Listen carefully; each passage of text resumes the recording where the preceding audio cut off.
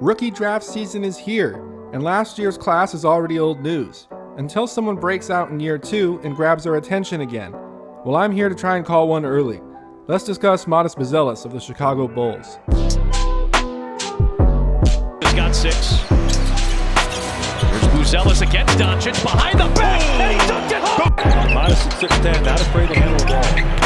With the legs. Oh, look at this move with the left hand layup. He's for this Bulls team. And then another turnover. Run out Buzelis. Throws on this. The Bulls have to inbound. 2 seconds left. Matas beating the buzzer for 3. What a night for the rookie. He was a star in high school and on circuits such as Nike EYBL. He was the primary scorer and offensive creator for his team in high school, flashing impressive ball handling for his size and a good bag of moves along with his athleticism to create separation. As one of the top recruits in the nation, Matas could have easily gone to any elite Division I university. Instead, he chose to go with the G League Ignite, and his season went rough. There were injuries and struggles with shooting. I went to one of the Ignite games myself that year and didn't get to see him because he was hurt. Last year was the final season of the G League Ignite's existence, and I could definitely tell things were a mess when I watched them play South Bay.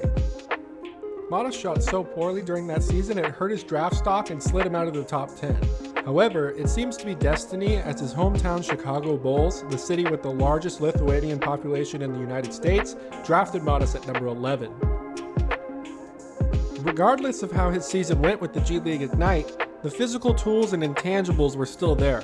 Matas is a 6'10" forward who can shoot threes, is creative with the ball, and can protect the rim. We at Angle blamed a bit more of his struggles on the Ignite and ranked him 3rd on our final Big Board in July of 2024. Matas was certainly perceived as a bit raw after his year with the Ignite, so the Bulls really took their time with him early on as his minutes didn't ramp up to be in the 20s on a nightly basis until around February. As the season got to its latter stages, we got to see more consistent flashes of what Matas can really do. From the start of February and onwards, Matas was inside the top 140. He came in at 13 points, 4.5 rebounds, and 1.1 blocks per game. He almost chipped in 2 3-pointers per game, and he shot 49% from the field during this stretch. Of all of the rookie wings this year, Matas is really the only one that's aggressive to the basket and going after guys one-on-one. I think he has the potential to eventually be the best scorer in the 2024 class. As he adds strength to his body and continues to attack the rim, he's going to start getting put on the free throw line more often. I love the progress from last year to this year for Matas at the free throw line. That free throw percentage for the Ignite I think was the main red flag that scared some people away from him in the pre-draft process. The ability to score and get blocks is what fascinates us most for fantasy basketball, as that type of stat set can do really well for 9 categories. The future added strength should help his rebounds too, so we're looking at a player that can regularly produce in 5 out of the 9 categories in the future. The creativity and overall basketball IQ is what makes us most confident in Matas, and this is coupled with some pretty good athleticism.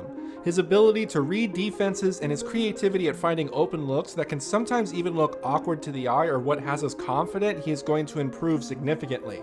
He's even showing better flashes at passing, which wasn't something that was really looked at as part of his game. He fits perfect alongside Kobe White and Josh Giddey, especially because he's a good cutter and quick in transition. It's a huge help to both of the Chicago playmakers.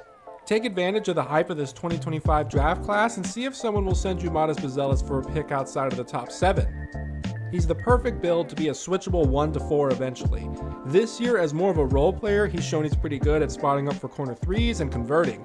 The biggest swing skill here is improving that 3-point percentage, but there was already a huge leap this year from what he did with the Ignite.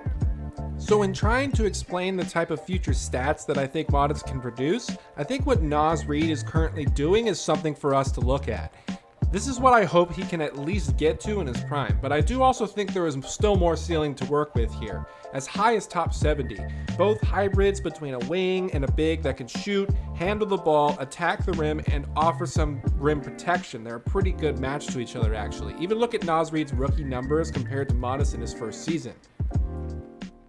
So again, if you don't like where you landed in this year's lottery for your dynasty team, turn to one of the studs from last year's class. People always want the shiny new toys, and this is a good time to capitalize on someone further along in their NBA development than this new batch of rookies. Well, there you have it. That's probably going to be our last member of the 2024 class we'll talk about this year. But rest assured, if there's another young budding dynasty star out there, we're going to make another video and we're going to talk about it. Until next time, thank you for watching.